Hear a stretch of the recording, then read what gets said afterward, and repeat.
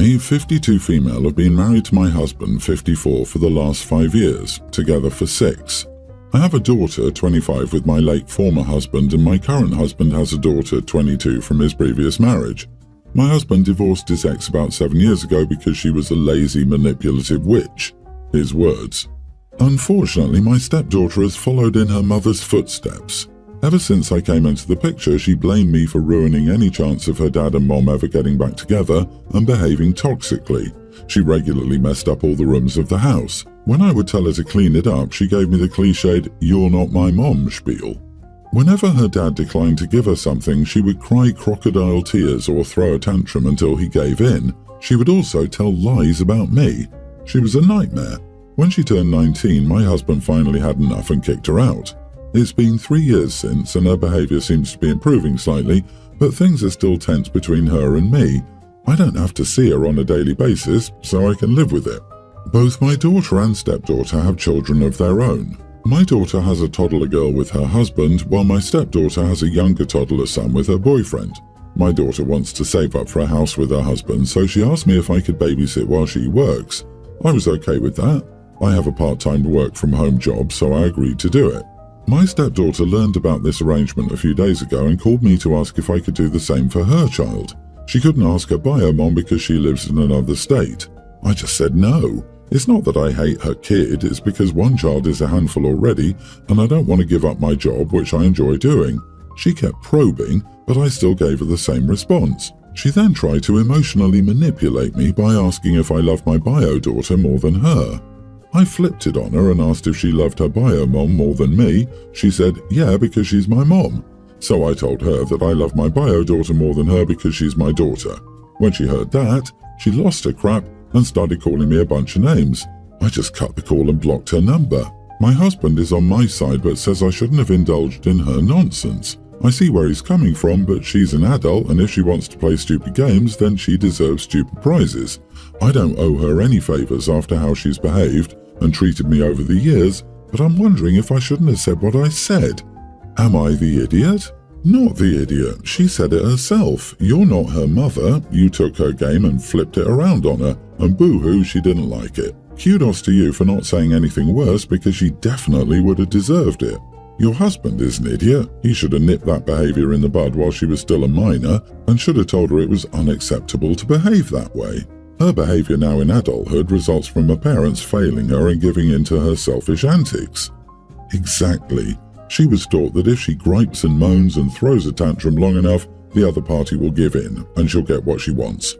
Give your stepdaughter another 10 or 20 years and her favorite sentence will be, "Get me your manager." I bet she hasn't even apologized for her years of appalling behavior, and now that she wants something from you, she knows where to find you. Nah, she's just salty she gets no free help from you. Suggest that she ask her dad. Or she could have thought about how much help she would need and figured out if she had the local network for that before she chose to get pregnant at only 21. I very badly want to hear the stepdaughter's side of this story. I have a feeling that it would be extremely divergent from the current tale before us. OP is seething with resentment towards this stepdaughter. We never know how much OP is lying or distorting their story or skipping key details to make them look like they're in the right. And your stepdaughter, who you've been a parental figure to since she was 16, is a lazy, manipulative witch. God, there are some things that just should never be said. My daughter, nearly adult, and niece, young grammar school, are the only grandkids in our family. My niece was a rainbow baby and the only baby in our family. I found out about my daughter when she was 9, so we missed most of her childhood. Baby years, so naturally niece gets a lot of attention. My daughter is jealous of her and has been very mean towards her.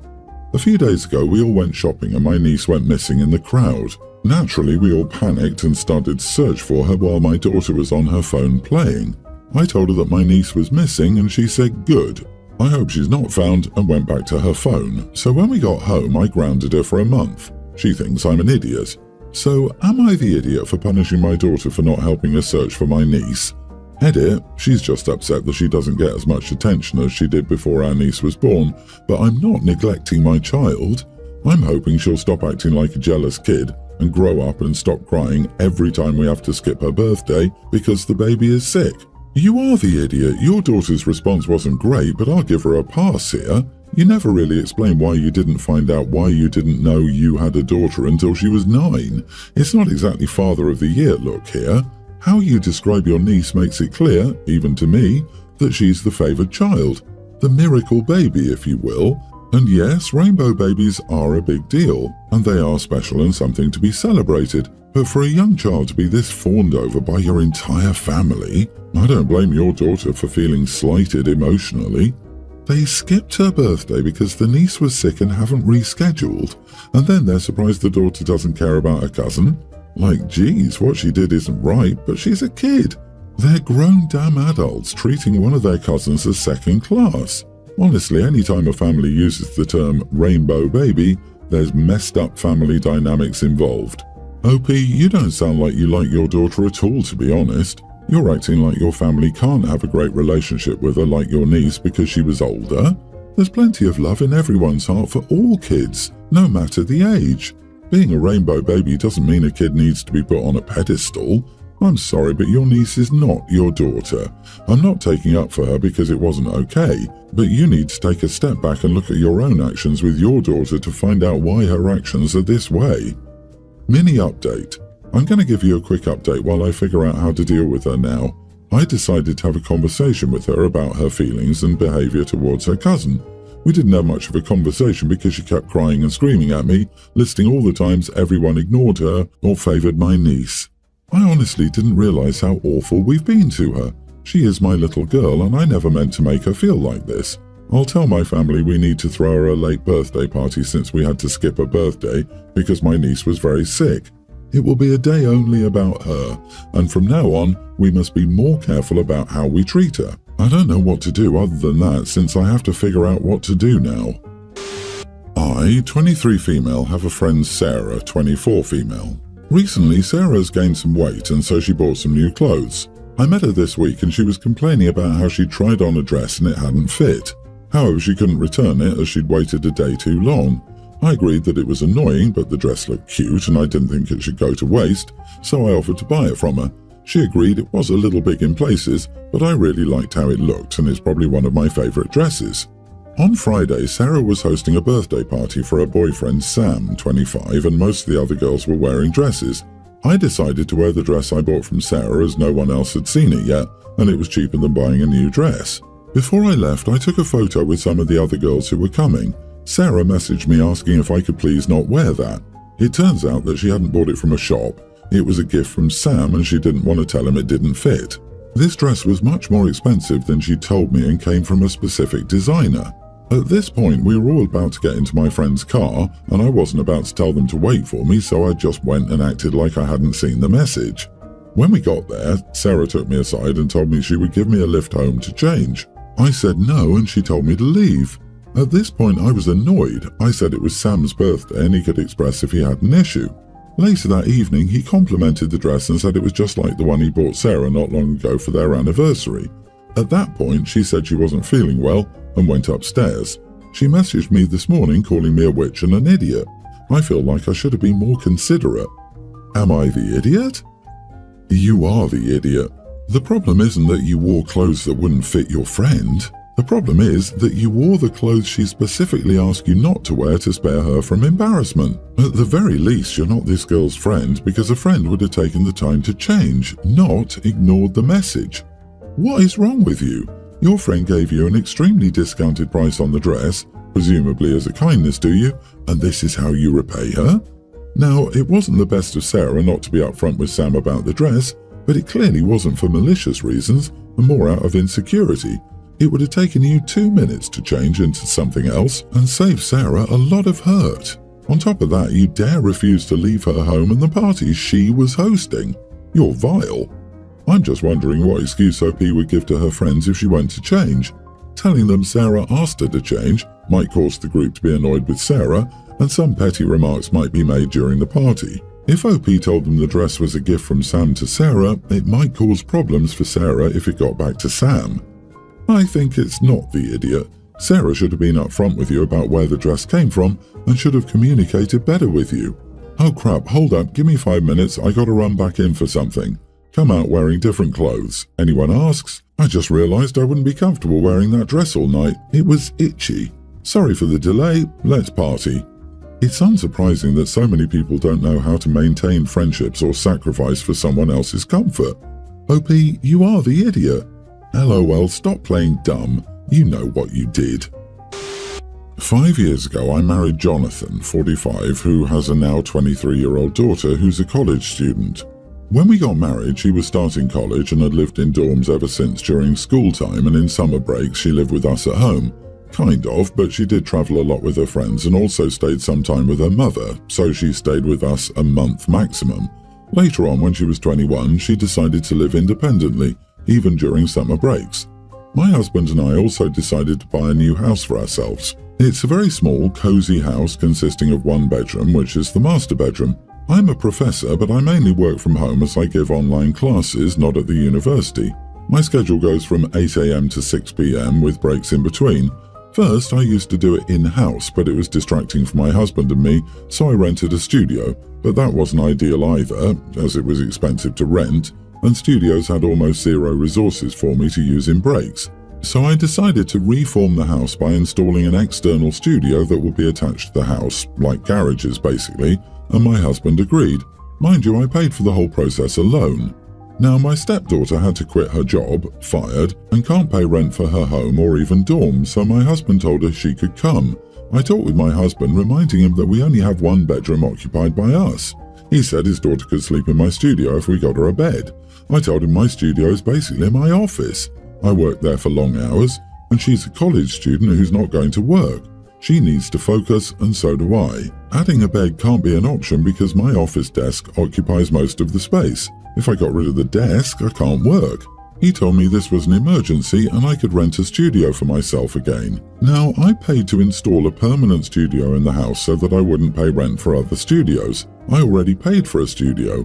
Why should I leave the studio I paid for to rent another studio? If renting and being in other studios was practical for me, I wouldn't have gone through the headache of reformation. I told him instead of asking me to leave my property and go pay rent, he and her mother could kindly rent her a place until she finds a job. She can't be with her mother as she's in a different state from the college. He doesn't want to pay her rent because he sees this as an opportunity for him to have father-daughter bonding, and he wants her close. His counterclaim was that I earn more. While I do in fact earn more than him, I don't see this as a justification to have me pay rent for studios when I own one already, just so he and her mother can save their money and not like they're poor. I don't know about my husband's ex, but my husband isn't poor. Now he promised his daughter a place in our home, but I'm not backing down. OMG, not the idiot, and he's a leech. If he wants more time for bonding or whatnot, it's on him to pay up. Plus, she's a grown-up and needs to find a job, and he can't ask you to compromise your income. They can't take over the room you paid for while you pay for rent at a new place, on top of it, just because he wants father-daughter time. Ugh, what's with him trying to financially exploit you to save himself money? He's taking you for a ride. Your money isn't his money, so he doesn't care if you lose it. He shouldn't have offered her your studio without discussing it with you, and he shouldn't have offered it because he didn't pay for it. OP, get a lock for your office, or he will move her in when you're not around. Yeah, bonding on your dime and at the cost of your job? He has it easy. That's what the couch is for. If he's working and you're in the studio, she can crash on the couch for a bit. She would need to find a new job pronto, and a couch would keep her from wanting to stay longer. I, a female teen, have a birthday soon, and I'm having a big party to celebrate. I have a stepsister, teen, who's autistic. She's fairly high-functioning but very spoiled and throws tantrums whenever she doesn't get what she wants. When I was little, she always ruined my birthday parties, so I stopped having parties with my mom's family. I usually have parties with just my dad's family and my friends. This year, for my birthday, I'll have a bigger party, which my dad is mostly paying for, but I'm inviting my mom, stepdad, stepbrother and half-siblings, young teen male and tween female. I'm having a party with around 90 people, and over the weekend my grandma will take me and some of my friends and cousins to their cabin in the mountains. I do not want my stepsister to come to the party or the cabin. I know she's going to ruin it. She gets jealous whenever I get anything, and my dad plans to give me my dream car at the party, so I know she'll throw a tantrum. She always steals the attention from me, and I just don't want her there. I'm not inviting her to the cabin either because it's just for my cousins on my dad's side and my friends. I'm not that close to my stepsister. Besides, we're going to hike, boat, ride horses and do other outdoor events that I know my sister can't handle. She's going to start crying if we try to go on the water, and she can't walk further than half a mile without getting tired.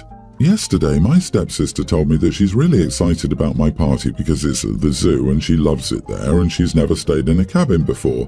I told her she wasn't invited and she started crying and ran to her room. My mom called me an uncaring brat for not inviting her and telling her so bluntly. She said that she and my stepdad aren't coming either if she's not invited. I don't think I'm the idiot because it's my party and I don't want her to ruin it.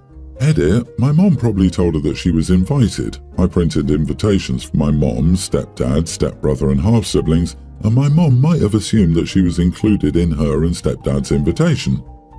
Sorry, but you are the idiot. You don't invite a whole family and leave one out. You should have discussed your concerns with your mother. Honestly, an invite is expected given that all members of the home are invited to a party with 90 people, including family. The greater the number of people there, the more the quirks of the stepsister should be diluted. No, you definitely can invite a whole family and leave one out if that person has a history of being crappy.